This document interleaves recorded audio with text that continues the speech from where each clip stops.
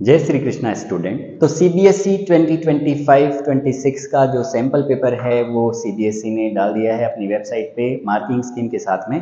तो क्या स्ट्रेटेजी रहने वाली है इस बार की, तो आप भी अपनी स्ट्रेटेजी जो है वो तैयार कर ले हुए हैं इस पेपर के अकॉर्डिंग। इस पेपर जो सैंपल क्वेश्चन पेपर है वो किस तरह का इन्होंने दिया है उसके अकॉर्डिंग ही आपको अपनी प्रिपरेशन करनी होगी। तो आप देख पाएंगे यहाँ पर कुछ इंस्ट्रक्शंस जो जनरल इंस्ट्रक्शन दिए हुए हैं कि पेपर को टोटल 5 पार्ट्स में इन्होंने 5 सेक्शंस में डिवाइड करा है, A B C D E. तो आप देखोगे यहाँ पर जो सेक्शन ए है उसमें टोटल 16 क्वेश्चंस हैं। 16 क्वेश्चंस 1 मार्क्स के 1 मार्क्स के क्वेश्चंस हैं, जिसमें आप देखोगे कि हो सकता है एमसीक्यूज हैं, है ना, हो सकता है असर्शन रीजन टाइप के क्वेश्चंस हैं, वो हो सकते हैं। देन आप देखोगे सेक्शन बी, यहाँ पर 5 क्वेश्चंस हैं जो 2 मार्क्स के हैं, 2 मार्क्स ईच, मतलब ये 10 मार्क्स का टोटल सेक्शन बी होगा।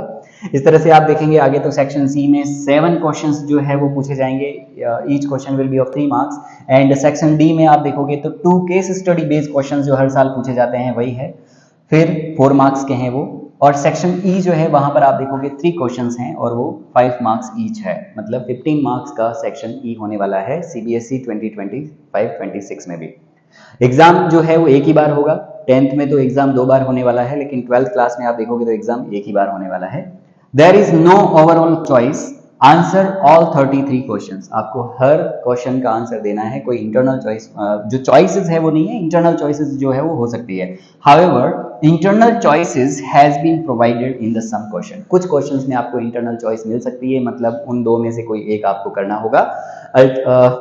A student has to attempt only one of the alternative in each question. उन दोनों क्वेश्चन में से कोई भी एक क्वेश्चन करना है।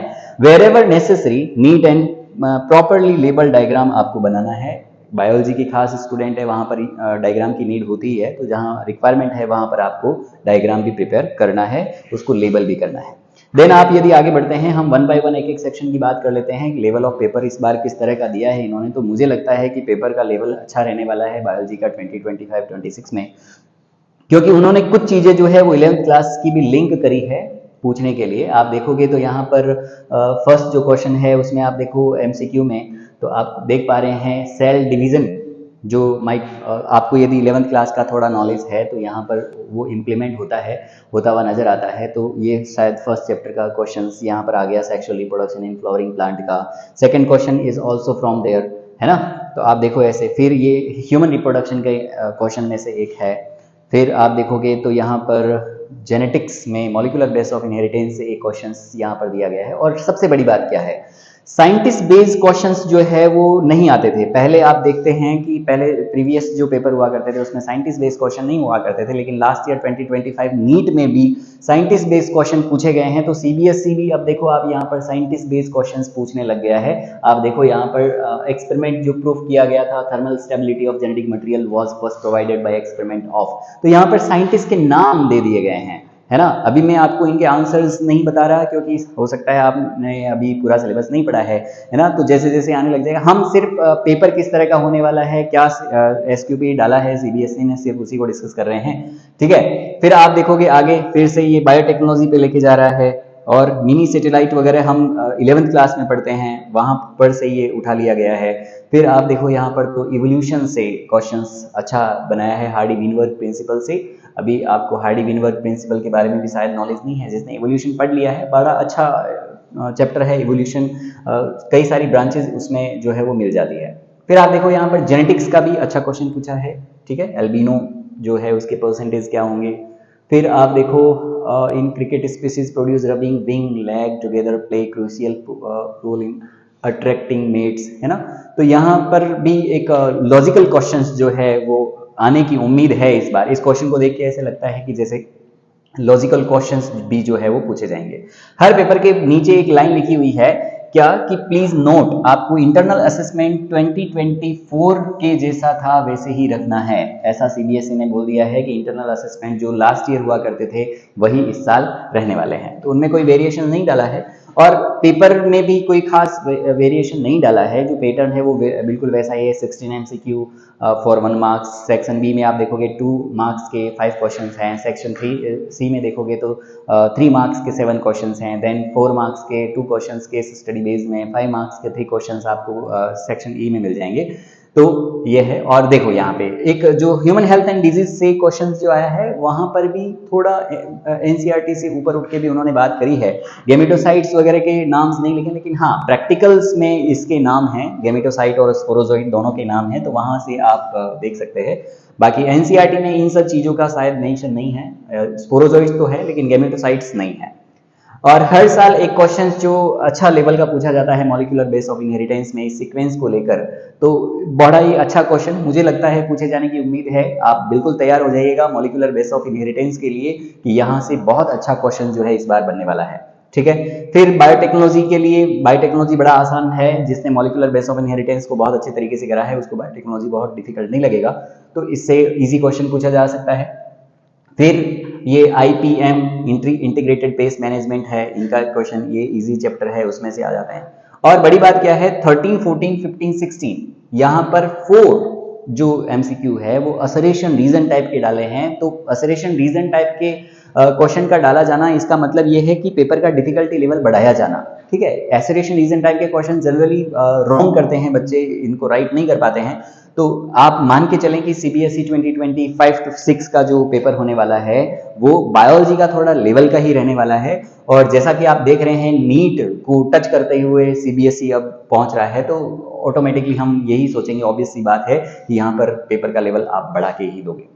सेक्शन बी में यदि आप बात करोगे तो यहाँ पर ड्यूरिंग आर्टिफिशियल हाइब्रिडाइजेशन ये आपके sexual reproduction in flowering plant में भी है, और साथ ही आप देखोगे इनिशियल पोर्शन जो है वो जेनेटिक्स में भी है। लेकिन ये जो क्वेश्चन है वो आया sexual reproduction in flowering plant से ही है, बड़ा इजी चैप्टर है। और हर साल ऐसा आर्टिफिशियल हाइब्रिडाइजेशन मुझे लगता है CBSE ने हर बार ये दिया है, इमेस्कुलेशन है ना, बैगिंग है, ये सारे चैप्टर तो आप, ये टॉपिक तो मुझे लगता है आपने पढ़ ही लिया है ना। देन आप देखोगे how is the rate of initiation RNA polymerase, ये आपको बायोटेक्नोलॉजी और उससे लिंक करा हुआ है। तो ये ट्रांसक्रिप्शनल यूनिट की बात जब करी जा रही है तो मतलब साफ है कि ये मॉलिक्यूलर बेस ऑफ इनहेरिटेंस का चैप्टर है।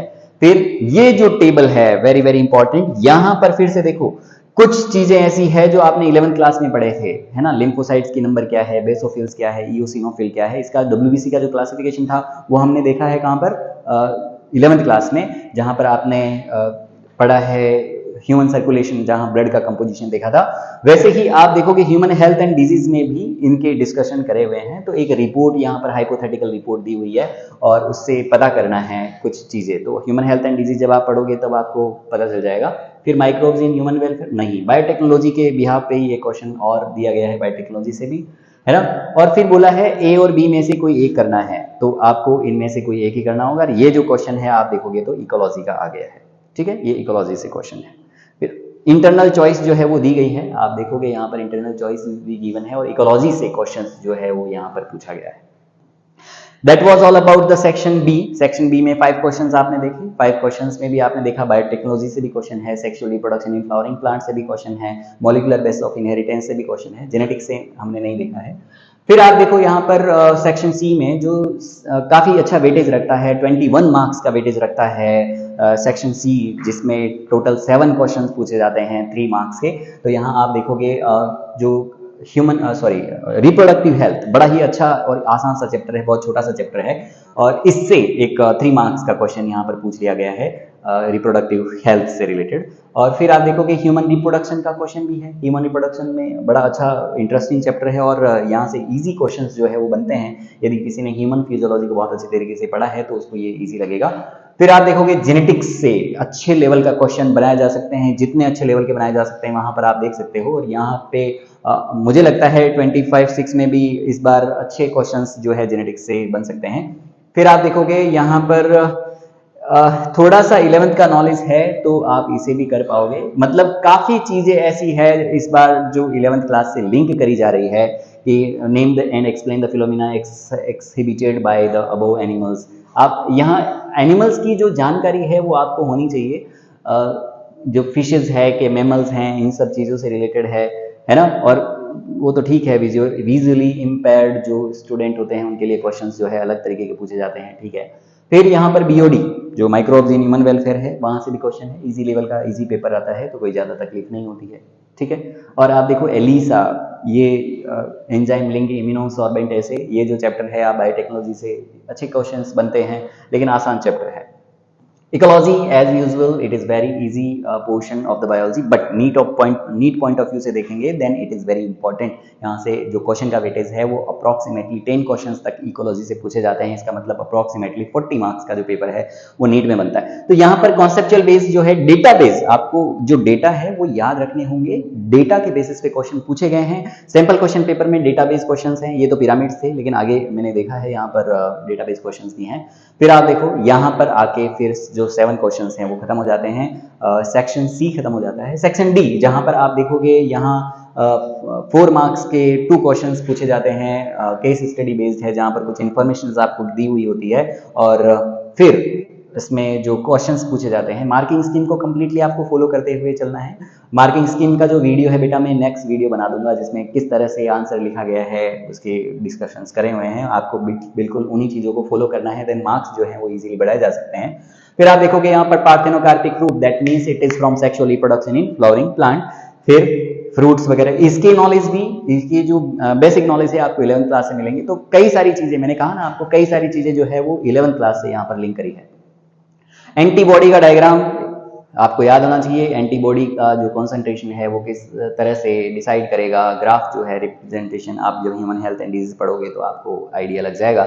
ठीक है, फिर ये 2 चीजें थी। वहां पर आपने देखा है कि केस स्टडी बेस्ड जो क्वेश्चन है वो पूछे गए हैं। फिर आप देखो यहाँ सेक्शन ई में फिर से आप देख पा रहे हो जो मॉलिक्यूलर बेस ऑफ इनहेरिटेंस है उससे फिर से एक अच्छे लेवल का क्वेश्चन जो है बनता हुआ नजर आ रहा है मुझे। और इस बार अच्छे लेवल का पेपर जो है वो बनेगा मॉलिक्यूलर बेस ऑफ इनहेरिटेंस से भी। और 5 मार्क्स के पेपर होते हैं, लेकिन हाँ आपको टू द पॉइंट लिखना है, जो चीज़ें रिक्वायर्ड है बस वही लिखना है। ये स्ट्रक्चर यहाँ पर मुझे लग रहा है ये ट्रांसलेशन प्रोसेस को एक्सप्लेन कर रहे हैं, जहाँ पर डिफरेंट टाइप के tRNA हैं जो एमिनो एसिड को लेके आ रहे हैं, कैरी कर रहे हैं विद एंटी कोड। ठीक है, तो ज़्यादा डरने की जरूरत नहीं है, घबराने की जरूरत नहीं है। फिर आप देखो यहाँ पर RDNA टेक्नोलॉजी, फिर से बायोटेक्नोलॉजी का सवाल आ रहा है। तो देखो ना, जिसको MBI याद होगा उसको बायोटेक्नोलॉजी अच्छे से आ रहा होगा। तो इसका मतलब ये है कि इस बार MBI जो है मॉलिक्यूलर बेस ऑफ इनहेरिटेंस, उसको आप बहुत अच्छे से तैयार करके जाइएगा।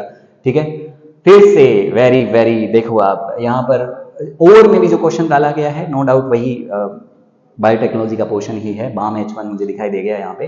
फिर आप देखो स्टेटमेंट बेस्ड क्वेश्चंस, यहाँ पर कुछ स्टेटमेंट दिए गए हैं और फिर ये इकोलॉजी का सवाल है। और यहाँ पर डेटा बेस्ड क्वेश्चंस जो हैं वो दिए गए हैं आपके सामने। डेटा जो है वो गिवन है कि फलानी जगह पे इतना है, कोलंबिया में 1400 स्पीसीज ऑफ बर्ड्स हैं, इंडिया में 1200 है ना, नॉर्दर्न साउथ अमेरिका में 1300 टाइप्स के हैं, न्यूयॉर्क में 105 है ना, डेनमार्क में 504 है। तो ये डेटाबेस क्वेश्चंस हैं जो गिवन है एनसीईआरटी में, और उसके बेसिस पे जो क्वेश्चंस है वो पूछे गए हैं। इस तरह से आपकी ज्यादातर जो वेटेज लग रहा है वो किसका लग रहा है, बायोटेक्नोलॉजी है, मॉलिक्यूलर बेस ऑफ इनहेरिटेंस है, जेनेटिक्स है। इनसे अच्छे लेवल के क्वेश्चंस पूछे जाने की उम्मीद है। घबराने की बिल्कुल जरूरत नहीं है, आप कंसेप्चुअल बेस्ड चलिएगा, आपको सारी इंफॉर्मेशन मिलती जाएगी। नेक्स्ट वीडियो में मिलते हैं मार्किंग स्कीम के साथ में कि भाई किस तरह की मार्किंग स्कीम रहने वाली है और आप क्या लिखोगे तब आपको मार्क्स मिलेंगे और कब मार्क्स नहीं मिलेंगे, वो सारी बातें हम डिस्कस करेंगे नेक्स्ट वीडियो में। Till then tata bye bye, जय श्री कृष्णा।